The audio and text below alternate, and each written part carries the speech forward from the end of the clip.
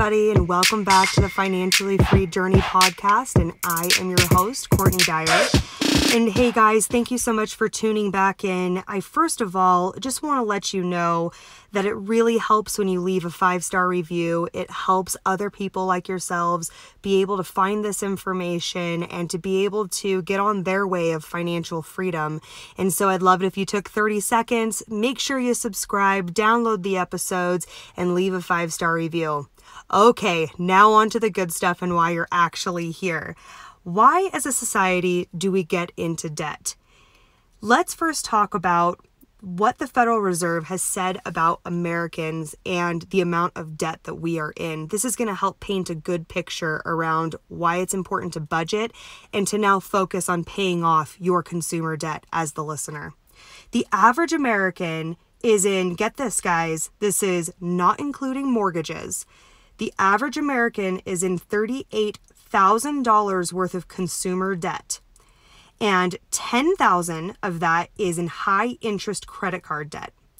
2 out of 10 Americans spend 50% to 100% of their monthly income on debt repayments alone. Over 20% of Americans have student loan debt, and the average balance, this blew my mind, the average balance of student loan debt is over $50,000. 55% of Americans that have credit card debt with an average balance of over $10,000, 70% of those with the credit card debt, guys, are not able to make the minimum payments. So over 55% of Americans have credit card debt, and over 70% of those Americans are not able to make the minimum payments. We are in a debt crisis in America. Consumer debt and consumerism in general is at an all-time high. And I spoke about this in one of my previous budgeting episodes. But the reason why our expenditures are so high, and that includes debt, is because of inflation lifestyle and the facade of keeping up with the Joneses and living beyond our means.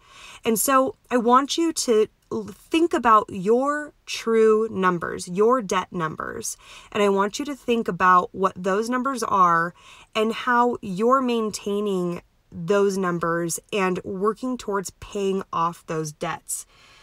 The biggest question is, how do I get out of debt? A lot of people ask this question, and you can have a fantastic budget. You can cut your expenses, but if you don't have a strategy when it comes to paying off your debt quick, it's going to continue to pile on, and like 70% of Americans, you're not able to maintain those minimum balances, let alone paying them off at an accelerated rate. So we know that debt has a financial impact on us. We know that, right? It directly impacts the money in our wallet and our ability to spend on things that we actually enjoy. But I want you to think about this. Did you know that being in debt has a psychological impact on you? In a recent study that was discovered, it says that people who struggle to pay off debts are twice as likely to develop a host of mental disorders, including depression and anxiety. That is just unbelievable to me. And again, have you ever thought about it in that aspect? Yes, we know that it is a financial burden to have excessive consumer debt, but it is also a psychological impact on you and ultimately your happiness. So we know that it is time to pay off that debt. It's time to be happy, to accelerate those payments, and to focus on other things in your life that truly make you happy.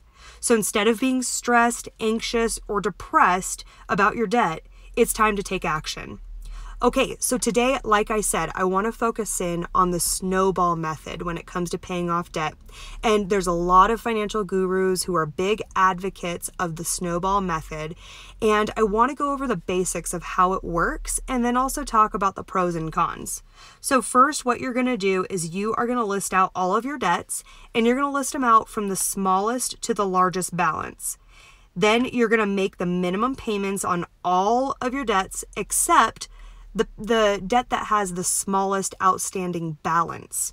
what you're going to do is you're going to determine, after you set your budget, as we discussed in the previous episodes, you're going to find out how much money you can afford to throw at the smallest debt. Let's say, for example, I have $500 left over after I pay all my bills and my living expenses.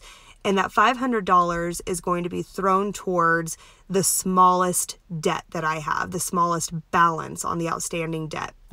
Then what you're going to do is you're going to continue to take that $500 and you're going to pay it towards the smallest debt that you have until that debt is paid off. Then you're going to take that $500 plus whatever the minimum payment was you were paying on that smallest debt, and you're going to throw it towards the next smallest debt. And just like a snowball, the money that you are throwing at each one of these debts as you pay off the last will continue to increase. So hence where it got its name, the snowball method. You're going to gain tons of traction and momentum as you continue to pay off your debts and really laser focus into one debt at a time so you're able to get some small wins. So, I did talk about the pros and cons. I was going to go over that, and I want to touch on that now. With the pros of the snowball method, it gives you some quick wins by paying off your debts. We know that that's really important to have that psychological win. It's going to build your confidence because you're able to make progress and traction towards paying off your debt. And studies have actually shown that the snowball method has a higher success and follow-through rate because of that psychological effect. Now, the cons, for those math nerds out there, this is where you may end up paying more money in interest in the long run because mathematically, the snowball method isn't necessarily the smartest method. For example, if your smallest debt that you're focusing all of your attention on has a 5% interest rate, but the third, smallest debt has a 19% interest rate, well, you may end up paying more money to that third smallest debt because the interest rate is so much higher. So, you need to weigh and measure, is the snowball method important to me? Do I have patterns when it comes to debt and expenses and spending that I need to break? So psychologically having some wins and making progress is more important and outweighs the math of it in the long run. That's going to be up to you. One thing that I want you to do is I want you to walk away from this episode with an action item. And what I want you to do is run the numbers for yourself. There are great resources out there like Undebt. The website is undebt.it. And when you go onto that website, it's great. You can create a free account and you can put in all of your personal debt, the numbers that are realistic to you, and it's going to run various methods when it comes to paying off your debt and tell you which one is going to be the most beneficial for you. And so that's an action item that I would love for you to take away from this episode when you're not driving or working out or whatever you're doing while you're listening to podcasts. I want you to go to undebt.it and I want you to plug in your numbers and see if the snowball method makes sense for you. And on our next episode, we're going to be going over the avalanche method.